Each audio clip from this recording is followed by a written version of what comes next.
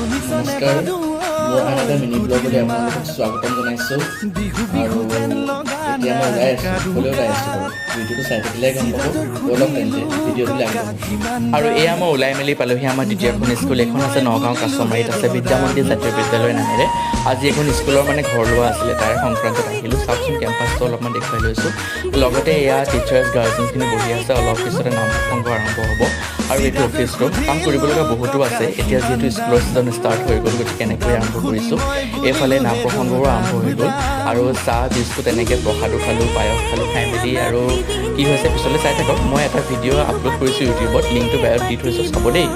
আৰু এয়া পালোহি ভণ্টিৰ ঘৰ ভতিজাজনী আজি বাৰ্থডে আছিলে তাৰে সংক্ৰান্তত আহিলোঁ কেক কাটিং চলি আছে তাৰপিছতে এইজনী ভতিজাজনী তাইক আশীৰ্বাদ কৰিব দেই ক্লাছ 2লেই পাইছে